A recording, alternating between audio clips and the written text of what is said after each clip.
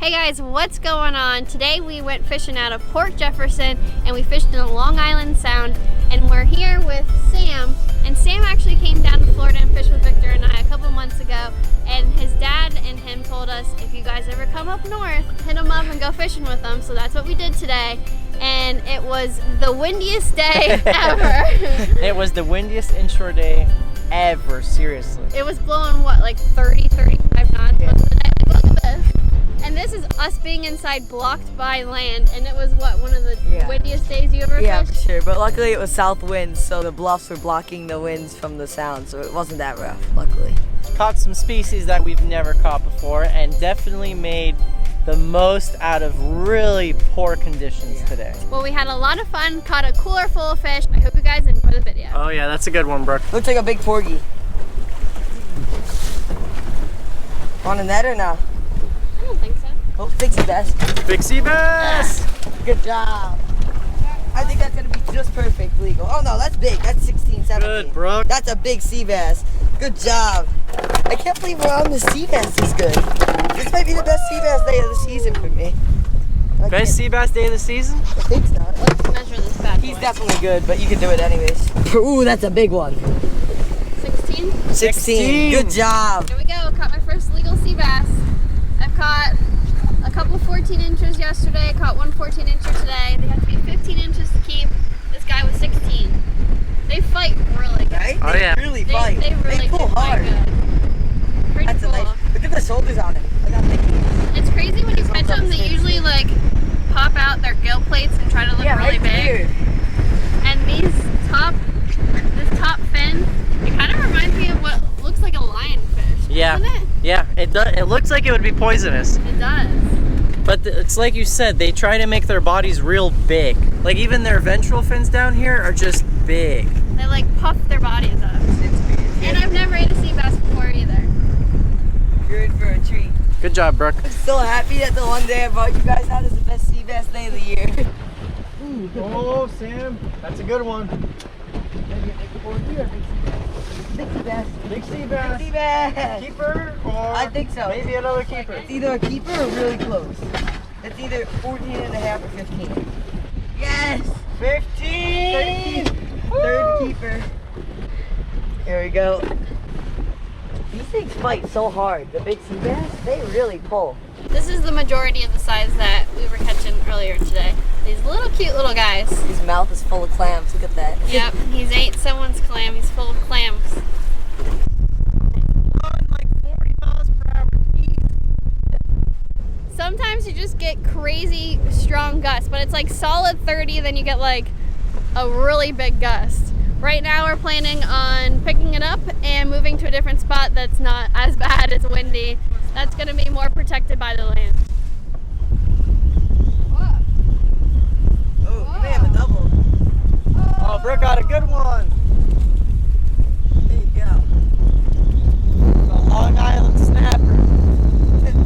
Alright guys, so we moved spots and anchored, and I just caught the first fish at this new spot. A porgy, keeper porgy. These are really good to eat. I'm gonna put them in the cooler. Alright guys, it's super windy, so it's probably hard to hear me, but what we got going on is a high-low rig that Sam made up. I'm using a 6-ounce sinker, and then we're using pieces of clam. I've only actually used clam today, but Victor and Sam have both used bluefish and some crabs. Victor caught a nice keeper sea bass on bluefish, and I caught one on clam, so I've been sticking with clam. Dropping down, and almost every single drop you get a bunch of bites. Let me show you real quick. I'm already getting bites.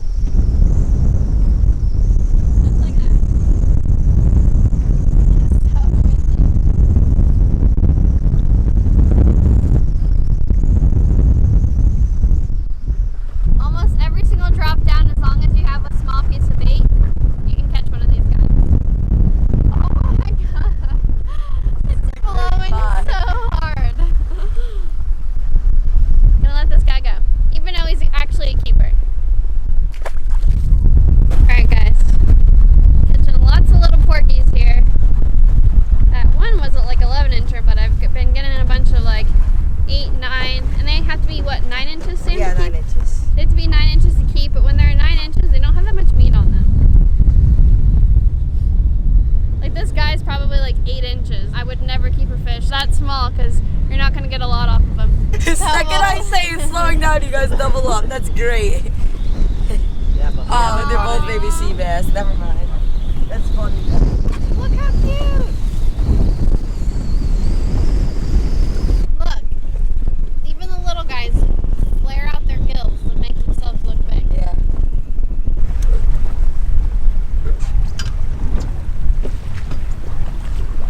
Works on. Doesn't feel like I'm the on. last one. There we go, doubled up. Mine's not big. It's not tiny, but it's not big. Oh. Oh no! It is Baby tiny. sea bass. Gotta get back down. We're drifting Yeah, over the spot. That's what I like about using clams is they usually stay on your hook, and so you can catch a bunch of fish on the same pieces of clam. Yeah, Oh yeah. I may have a double baby sea bass. Now it feels tiny. Yeah. Called it. No shortage of these little guys, that's for sure. You can catch as many of these as you want. Nice fish. Ooh, I'm getting good bites right second I hit the bottom. We weren't really getting any big fish at that last spot, so we decided to come out a little bit further. And now we're just drifting over a rock pile, and I dropped down immediately. Got a nice sized porgy and a little tiny baby bass. But look at this. This is a nice one. That's a big one, Brooke. Let me get this guy off. Woo! There we Ooh, go. good bite. That's a nice one. Long Island snapper. Got something. Small. Probably another baby sea I'll bass. put $1 million on it. $1 million, huh, Sam? $10. No, you said $1 million. But even though they're small, honestly, they fight really good. All right, guys. So we moved into the harbor where it's not blowing 35 knots. At least it's not rough in here. And Sam was catching some fluke, and I just caught a bluefish.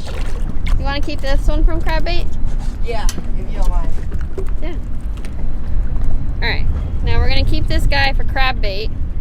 Well, Sam's gonna keep it for crab bait.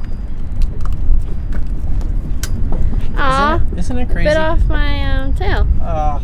Isn't it crazy we catch these like 1,000 miles away Yeah. Yeah, that's weird. and they have them up here? There's not many similar species, you know, but we definitely get a lot of these. These are like the only species that we have like the exact same with.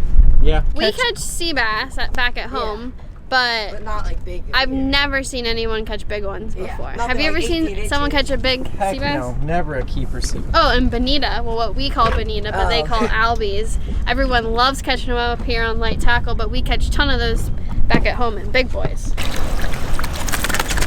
Yeah, that would be legal down by us. Really? Yeah. Oh, yeah. That's crazy. Yeah, that's This isn't even close for here. Your legal size is 19, right? Yeah. This Yeah. guy's about 13, 14. Yeah, that would be legal by us. That's crazy. He would be delicious. I'm but we sure. gotta let him go.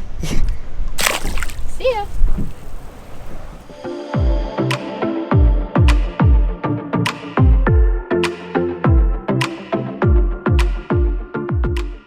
Hey guys, welcome back to the fillet table. Now it's the next day, we're not on the boat anymore. We ended up catching a ton of fish and we had a lot of fun. And right now I'm going to fillet up a sea bass, which since I've never really caught sea bass before, I've definitely never filleted one before. So this will be my first time filleting one up. Just like anything, you go slowly your first time and it should turn out good. So let's get going here. First thing I always do when I fillet something new is I feel around to see where head meat is. Because you never want to miss head meat of a fish. Find out where the gill plates are, so you kind of get an idea of where you want to cut. So start with the head. We actually caught a lot of different species yesterday, and what Sam was telling us was that normally doesn't happen where you catch a bunch of different things. So we actually had a really good day out on Long Island Sound. So huge shout out to Sam for taking us fishing yesterday and putting us on all of those fish. So what I just did was I made that first initial cut down the backbone, which is what I always do, kind of my go-to thing whenever I'm filleting something new. And then I just keep going with my knife, just following the rib cage, keeping my knife along the bones, and then take my knife and go, I guess I'm kind of going over the ribs.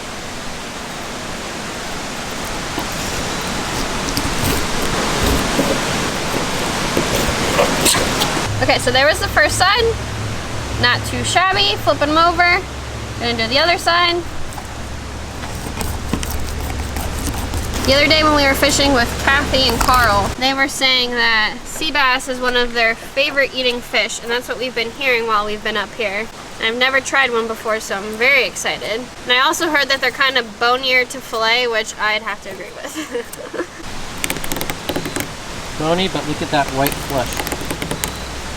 Now they do have a decent sized backbone, so if you angle your knife down once you get to the other side of the backbone, then you'll get more of that meat. And then I come over here.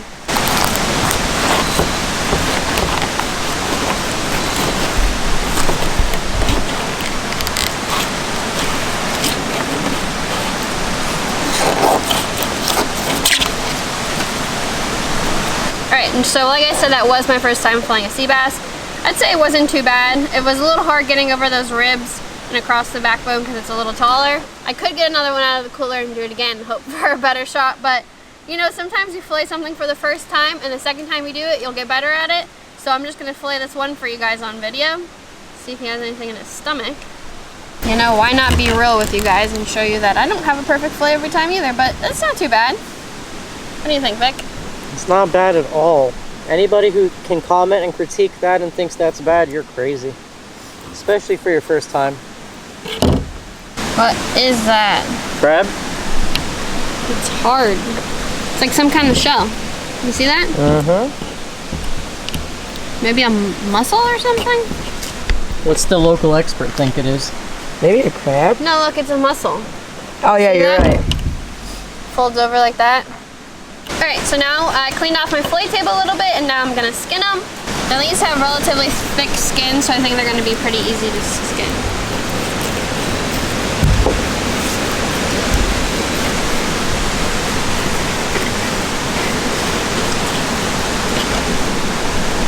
There's that. These guys have like no bloodline. You see that? Really white meat. That's why people like them. I'm very excited to try these. You can feel for pin bones. They got pin bones that come up to like here. It's almost easier to cut them off from this side because you can actually see the bloodline. There is our sea bass fillet. Super white meat, no bloodline. Sam, do you like sea bass? Yeah, I love sea bass. Yeah? Yeah, it's definitely my favorite local fish. And you said that 5 is a really good day, right? Yeah, well at least around here. Around here? Alright, so Sam's filleting up some porgies, which is one of your top favorite fish, right? Yep. And he's gonna keep these for dinner, all the fish that we don't end up bringing home. So we did bring home a lot of fish in the cooler, but that's okay because Sam's gonna eat them all. I just wanted to give a huge shout out to Dexter because they're the ones that brought us up on this northeast trip. Absolutely love their knives. This is my favorite one by far, which is what I use to fillet the sea bass. This is the Dexter 7-inch narrow fillet knife. If you guys are interested in the Dexter fillet knives, I will have a link down below to the exact knife that I was using. And if you guys want, you can save 20% using code GLANDSHARK. So I will have that link down in the description. Now Victor and I are actually going to free some of our fillets and bring them home so we can bring some of the Northeast home to South Florida and give our families a big fish dinner. Now stay tuned for those catch and cooks. I'll see you back in South Florida to cook these guys up. Hey guys, welcome back to the kitchen. So tonight I'm going to be cooking up sea bass as well as porgy. And if you look on this plate, you can totally tell the difference between the two. This is the sea bass, this is porgy. Much redder, and there's definitely a darker bloodline in the porgy. Now tonight everyone's gonna get a piece of both, so we'll be able to tell the difference between the two. Tonight I'm making what's probably my favorite recipe. And honestly, I think I've only made it once. Now, if you've ever been to the Florida Keys, you know exactly what I'm making. If you've been to the Lazy Days restaurant, then you've had the Lazy Day special, and you've definitely had this recipe before. So that's what I'm doing a copycat recipe. And for those of you who don't know what I'm talking about, it's basically a fried fish with a lime butter cream sauce on top. And it's by far my favorite. I've only made it once. Not really sure why. I think it's because it has a cream sauce. And cream sauces normally tend to make me a little intimidated, so hopefully we can perfect this recipe so that I can make it more often. The first thing that I'm doing is I'm preparing my fish to fry. Now what I got going on is I have flour, egg, and then we're gonna go into panko. But first I'm gonna season up my flour here. I'm gonna do some garlic powder, and then just salt and pepper.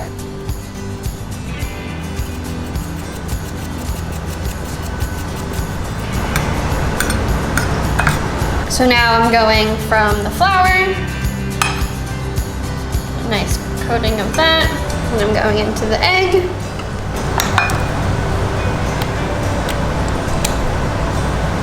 And then into the panko. Get that nice coat of panko on there. And there we go. Now I am going to keep them separate, so I'm gonna have a plate of the porgy and a plate of the sea bass so everyone can try a little bit of both. All right, so now I'm gonna start my sauce. I have about 1.25 sticks of butter melted, and I'm going to add some diced up shallots. Now once these start getting tender, I'm gonna add some garlic. So my shallots are getting a little brown, and now I'm gonna add my garlic. Now I'm gonna let my garlic work, and then I'm gonna add my wine. Okay, now I'm gonna add my wine. Now I'm gonna let my wine reduce by half.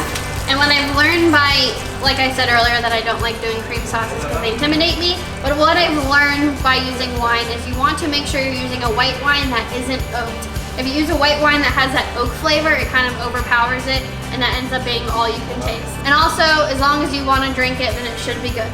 So I'm using just a Pinot Grigio. Like I said, we're gonna let this reduce by half, and then we're gonna add cream. Hi, visitor. Hi.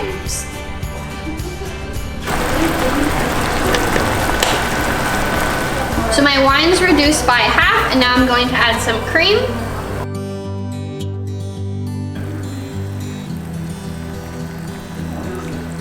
As well as the juice from 2 limes. Okay, so now I have a pan with some hot oil. I'm gonna add in my sea bass.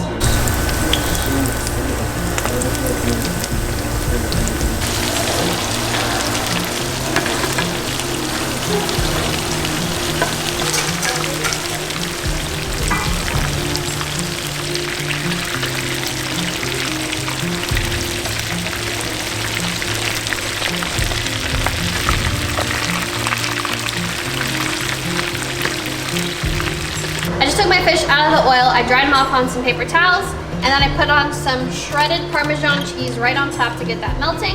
And now I'm gonna top with some tomatoes.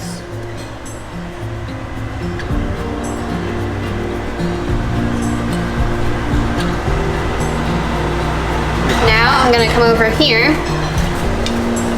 and I'm gonna spoon on some of this sauce on top. Got nice and thick. Ooh la la.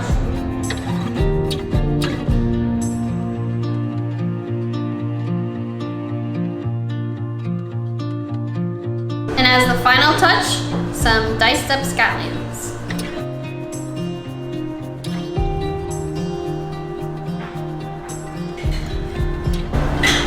Ooh, how good does that look? Now, if you were in the Keys, this is what your plate would look like. Almost exactly the same thing. Let's hope it tastes the same. Let's hope it tastes better.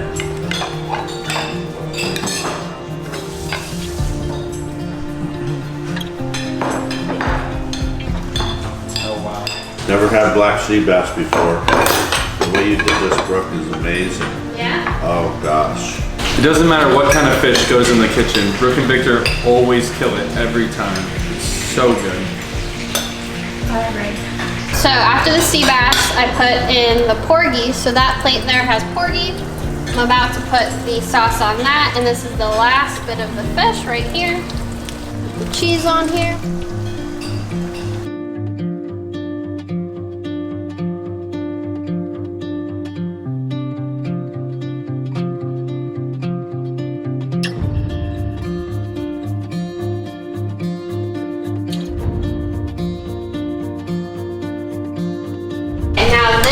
Is a different fish. Really? This is porgy. This is porgy. This is supposed to be the lesser of the 2 fish. One little one. Wow. Okay, so this fish that you guys are about to eat, it's called porgy, also known as scub. And people eat it, but a lot of people throw it back. Sea bass is like the #1 fish you get up there. This is kind of on the lower end of the totem pole. I don't think there's really much regulation on it. It's prepared so well that I wouldn't even knock the fish. No. Can you taste any difference? There is a difference. Yeah? There definitely is, but it tastes so good that I wouldn't even say it's a bad thing. It's so good still.